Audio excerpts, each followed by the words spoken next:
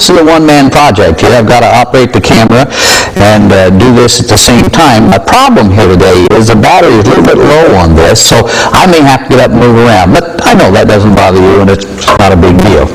Anyway, this broadcast today is dedicated to Travis Johnson, boatswain, mate, 3rd class, serving in the United States Coast Guard, presently in Iraq. If you would like to give him a word of encouragement, and as well as the crew that serves with him, you can contact me. I will forward the information to him, and gladly so. You can send anything to me, Pastor Vail, Bible Believing Baptist Church, Post Office Box 648, Bray. So I'm sure it would be an encouragement to him. There's a little chorus that goes, we sing it sometimes, it goes, little by little, day by day, little by little in every way, Jesus is changing me. He's changing me. Since I've made a turnabout face, I've been growing in His grace. Jesus is changing me. He's changing me, my precious Jesus. I'm not the same person that I used to be. Sometimes it's slow going, but there's a knowing. One day, perfect I will be. See, we are much like the caterpillar. The caterpillar, actually, from the time that its life begins, that caterpillar goes through 5 different stages. It starts a growth stage, and it begins to grow so fast that it literally outgrows its skin. And so it outgrows its skin, and it'll shed its skin once, and again, and again, and again. So it goes through that 4 times. And on the 5th time, the caterpillar will attach itself to something, and then it spins itself into the cocoon and crystallizes. And while inside the cocoon, that caterpillar begins a complete transformation, and it is totally morphed or transformed into this lovely looking butterfly. And then the butterfly, when it reaches that stage of maturity, it begins to expand its wings and begins to force itself outside the cocoon, and then you begin to see that beautiful wing begin to appear, and next thing you know, eventually the whole butterfly comes out of that cocoon, and you see them pretty butterflies flying all over, and they're some of the most gorgeous little creatures. Well, that is a lot like Christians, because you see, from the time that you and I receive Jesus Christ as our personal Savior, the Spirit of God enters into us. In fact, Romans chapter 8, verse 11 said, if the same Spirit that raised Christ from the dead dwells in you, He will quicken your mortal bodies. I mean, the Spirit that raised up Jesus Christ, the power of the resurrection, that same resurrection power that was in raising Jesus Christ from the dead now dwells inside of the life of every one of us who come to know Him as our Lord and Savior. And the Spirit of God begins to move in our life and forces and compels us to grow. Now, it's a natural progression. It's not something that we energize on our own, we think to make it happen. It's just going to happen. Why? Because God has placed something in it that's going to make it work. It's the same thing with a small baby. A baby is born, and the baby doesn't think, now look, in a year or so, I'm going to shed this diaper. And then in 2 years, I'm going to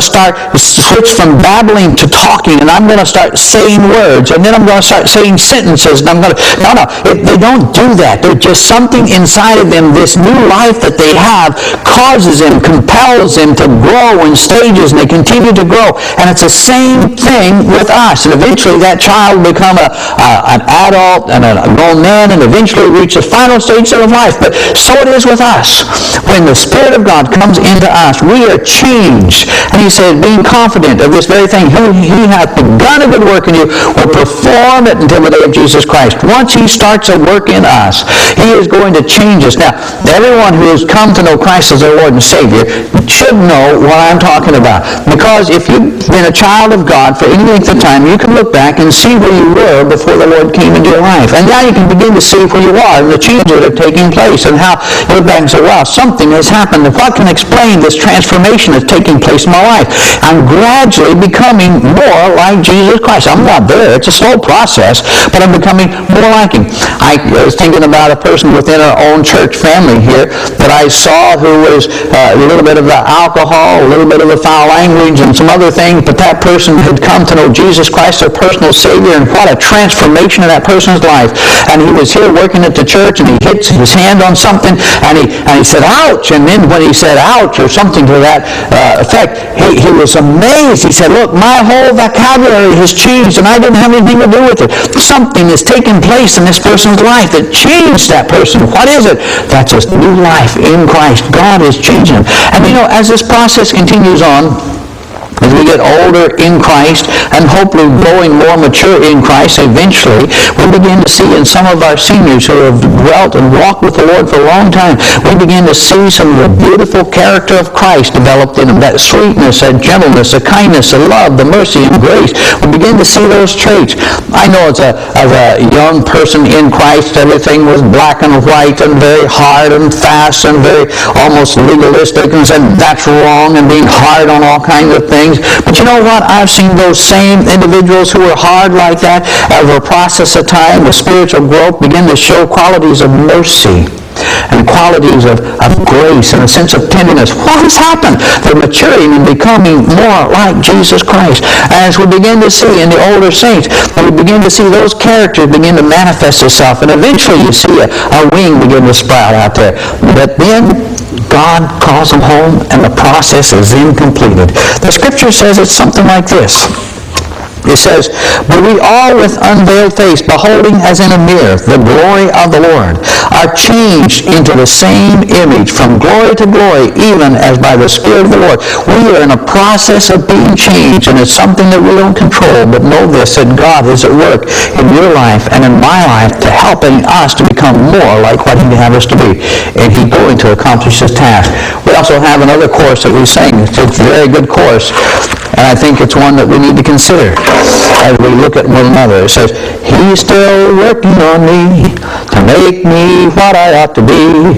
It took Him just a week to make the moon and stars, the sun and the earth, and Jupiter and Mars. How loving and patient He must be.